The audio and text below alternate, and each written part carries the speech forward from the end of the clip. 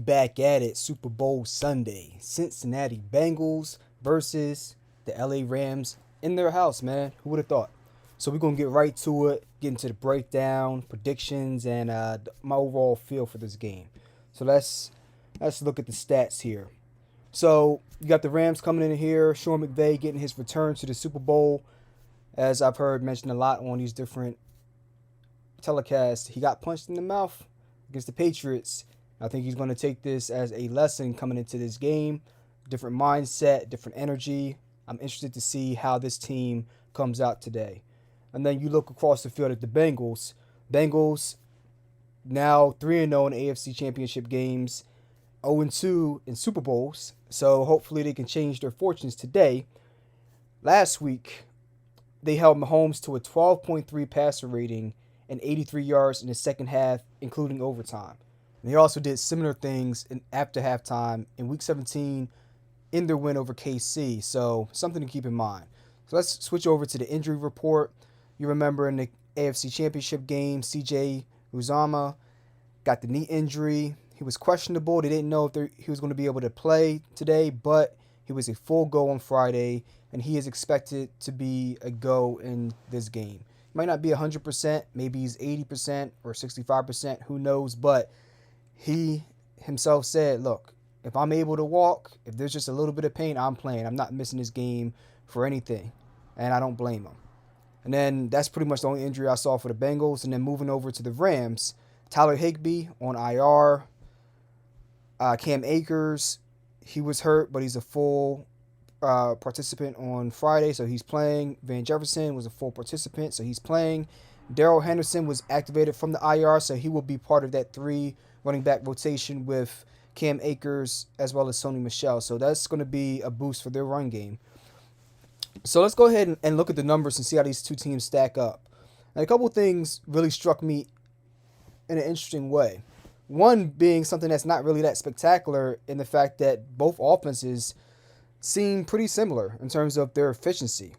You look at their passing offense, the Bengals, they had less pass attempts. They had about 52 less pass attempts for only about 240 less yards and about 36 touchdowns to 41 for the Rams.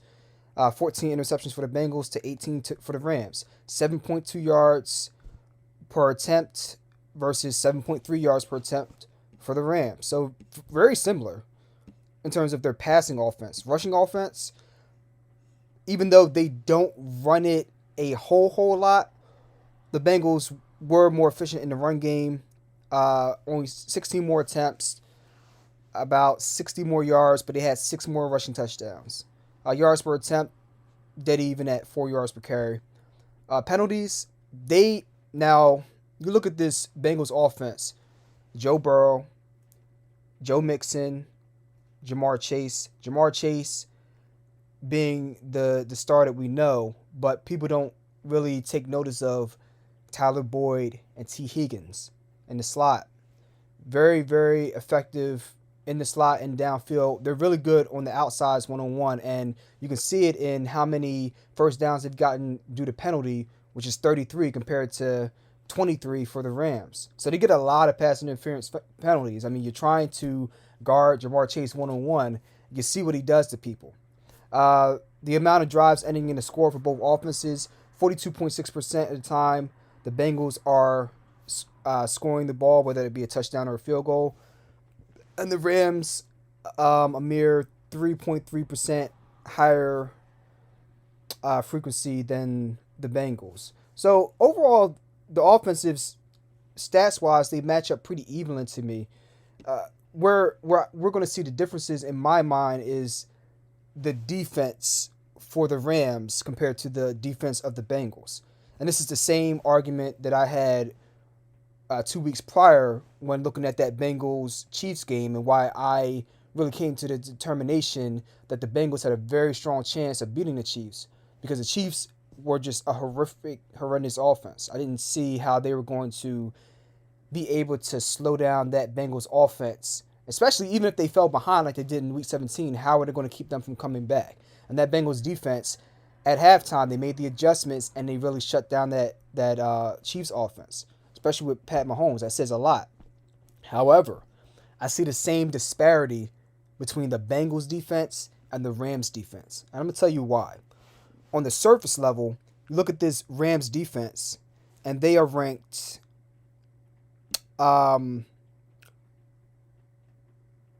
they're in the top 10 in terms of total defense.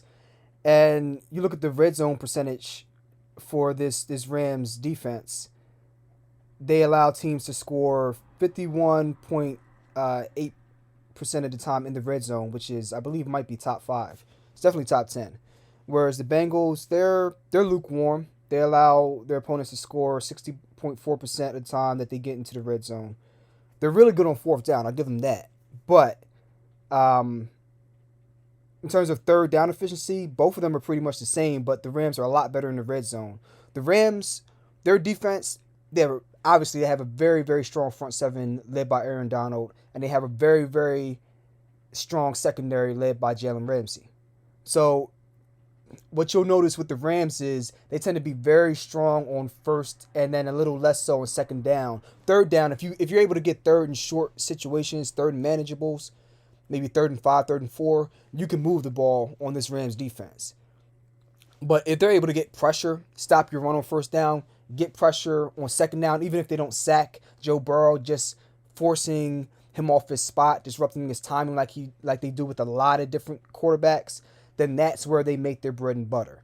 And then, especially if they're messing your timing up on those quick throws, which the Bengals, they thrive off those, when they're trying to move the ball down the field, you have ball hawks back there, man. So that's where you start seeing the real disparity. And now I'm going to go a little bit deeper. We're going to peel back the layers, just like an onion, layer by layer, okay? Now you look at this Rams defense, top in the league. Bengals defense, we'll get to them. But the Rams defense, top of the league. And you look at this Bengals offense. This Bengals offense likes to come out in a lot of 11 personnel. And by 11 personnel, I mean they like to come out with, obviously 5 offensive linemen, the quarterback, that's 6 players. Then you have the 1 in 11 is the running back, and the other one in the 11 is 1 tight end. So that's 8 people. And then there are 3 people left. That's 3 wide receivers. So that means they like to come out with 3 wide receivers, 1 tight end, and 1 running back about 78 to 80% of the time. That's pretty much the way the Bengals are rolling. And if you've seen their games, that would make sense. You have Jamar Chase on the outside, and there's no reason to take T. Higgins and Tyler Boyd off the field if you don't have to. So it's those 3 guys, and then C.J. Uzomah, and then Joe Mixon in the backfield, chipping to help out the offensive line, which is horrendous for them, and trying to leak out of the backfield for a quick pass here and there when they get a chance. So you're looking at this Rams defense, and what's really telling here is, even though they're not really good in nickel or dime, which is where, in my opinion, the Bengals should try to get them to come out in these dime packages if possible. They, for some reason or another, they're very good against these empty backfields that the Bengals like to run. And both the Bengals and the Rams like to go with the empty backfield sets. Make no mistake about that. But the Rams defense is very good against the empty backfield sets, as well as with bringing pressure. Their pressure rate against empty backfield sets is 32.4%, which ranked 3rd in the league. So they're pretty strong against that. So I'm going to be very interested to see if the Bengals are going to be able to attack the middle of the field, which is where LA has one of their biggest weaknesses. Now, against wide receivers lined up wide, the Rams defense, they give up 6.8 yards per attempt, which is 5th in the league. But against the slot receivers, they give up 8.5 yards per attempt, which is 22nd out of 32 teams. So there's a clear dichotomy between those 2 spots on the field for the Rams. However, the Bengals offense, they're not really that great up the seams. They don't typically try to take their deep shots up the seam. They try to gash you with short passes to move the sticks. However, it'll be interesting to see if they try to attack the Rams up the seam with T. Higgins. T. Higgins is really their go-to guy. You would think it's Uzama, but it's really not. T. Higgins is that guy, and Tyler Boyd to a lesser extent in terms of their success rate from the slot. So that would be where I would go if I was the Bengals, because against 12 personnel, which is 2 tight ends, or 13 personnel, which is 3 tight ends and 1 running back, the Rams are really, really good. They are really, really stingy. Near tops in the league. So it's going to be very difficult to have a lot of success out of these heavy formations for the Bengals. So it's going to come down to the Bengals' strength in their 3 wide receiver sets versus the Rams' strength, especially if they're running an empty backfield. They're going to have to really get these short passes out and not allow Aaron Donald to wreck the game up front. Because across the offensive line for the Bengals, they consistently tackle both tackle positions, both guard spots, the center spot. They rank near last in the league in terms of player efficiency at all of those spots.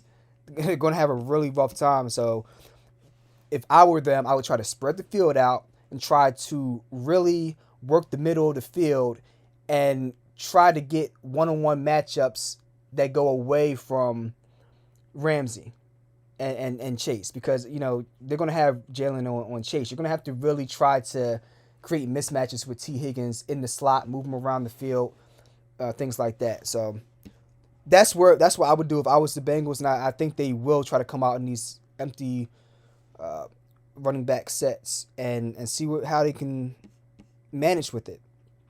Now let's flip the field and look at the Bengals defense and the Rams offense. And here's where my issues come in, because this Bengals defense, they've been playing very well the past 3-4 games. I mean, going into that week 17 and 18 game, week 17 and week 18 games, they started picking it up. But the entire season, they've been okay to slightly mediocre. Like, they're not anything special. But the one thing I do like about them is they're able to get some pretty decent pressure with their front four without blitzing. That's one thing that I can say they are good at. So they're able to, and you saw them do that last week against KC. They're able to drop 7, right? Rush 4 and drop 7, and make Pat Mahomes try to beat you by giving him different looks. Or they might, disguise like they're rushing 4, and they might drop a D tackle on the coverage. Rush 3, drop 8. Do all these little different variations because they're able to get enough pressure with 3 or 4 guys to be able to change the timing of the opposing quarterback. So that's one thing I do like about the Bengals. They're really good at making adjustments after halftime. But as with the run game, they're not anything special in the run game with their rush defense. As with third down defense, they're right there with the Rams. They're not really that great in terms of third down defense. Their issue, in my opinion, is going to come when you're talking about Odell Beckham Jr. and Cooper Kupp. Now, look at this Bengals defense. And the one guy that sticks out for me, I'm going to butcher his name, Chidobe Awuzie. Really, really good cornerback. He's one of the guys that they move with the opposing team's number 1 wide receiver wherever they go. So he's going to be on Cooper Kupp. You look at Awuzie, and he has 73 targets against him in coverage during the season, 5.3 yards per attempt, 10th among all active cornerbacks, 67% success rate in terms of defending those targets, which was 5th among all cornerbacks. Average depth of target, 14.6 yards. So they're not trying to run these short routes against him. A lot of teams might be afraid of him jumping those routes. So yards after catch, only 2 yards after catch. So he's on you. He's on you. That being said, the weak point for me is going to be Eli Apple and then Mike Hilton. Mike Hilton is strictly a slot cornerback, and there is going to lie the problem. The Bengals are really good against number 1 wide receivers. So, I mean, you're going to have a Awuzie on, Cooper Kupp or Odell Beckham Jr., whoever is lined up outside, but they've been pretty suspect against the opposing number 2 wide receiver It's the number twos that have really killed the Bengals this year. Mike Williams from the Chargers, Adam Thielen from the Vikings, Chase Claypool, and then Laviska Shenault from, I believe, the Jaguars. So yeah, they've been killed by the opposing team's number two wide receiver. So you're going to see Cooper Kupp moving all the way across the field, here, there, everywhere, especially in the slot. And him against Mike Hilton, sorry to say, that's a big mismatch. So I don't know. I'll tell you this much. They better get pressure with 4 so they can try to bracket coverage whoever's in the slot, in my opinion, to be able to throw different looks. If they do not get pressure, like serious pressure on Matt Stafford, then although this is not a huge mismatch of a game, I could see this game getting out of hand very quickly if they cannot get pressure on the Rams. That being said, small silver lining, the Rams defense, they are good for pulling off the gas and allowing teams to come back if they get a huge lead. We saw that with the Buccaneers, where they were up 27-3 at one point, and the Buccaneers came roaring back. They did that with another team as well. I can't remember. They're good for doing it. However, they do have the propensity to tighten up once teams come roaring back, and they can put the locks and clamp down on the comebacks and stop the bleeding, so to speak. So this is not a game.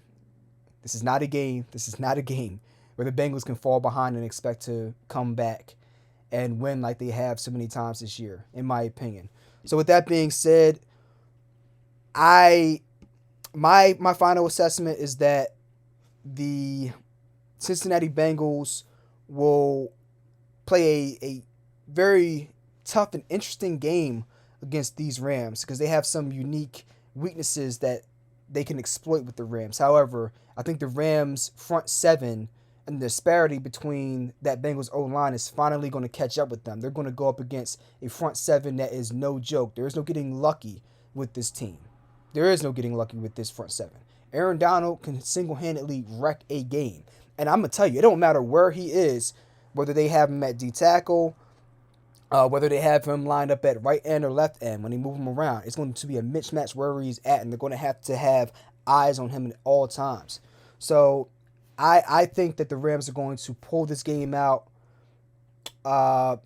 maybe by a touchdown, something like that, maybe 9 points, something like 30-21, 30-24.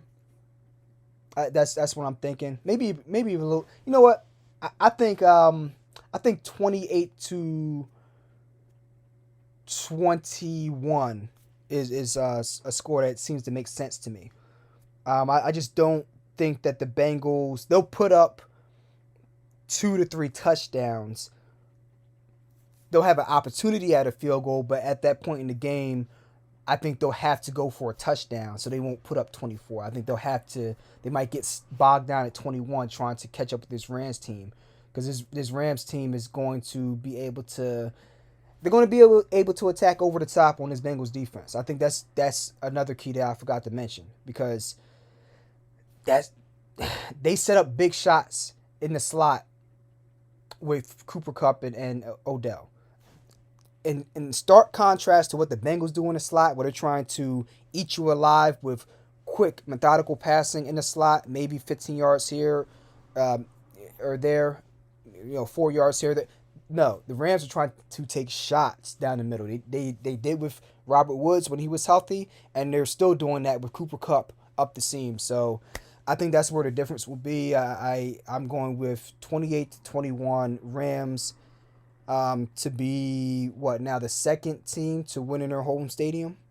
So we'll see. Let me know what you guys think in the comments below. Subscribe to the channel, like this video, click the notification bell so you're able to be notified every time I drop a video. And yeah, that's my final tally, and I'm sticking to it. Enjoy the games, be safe, and I'll catch y'all afterwards. Peace.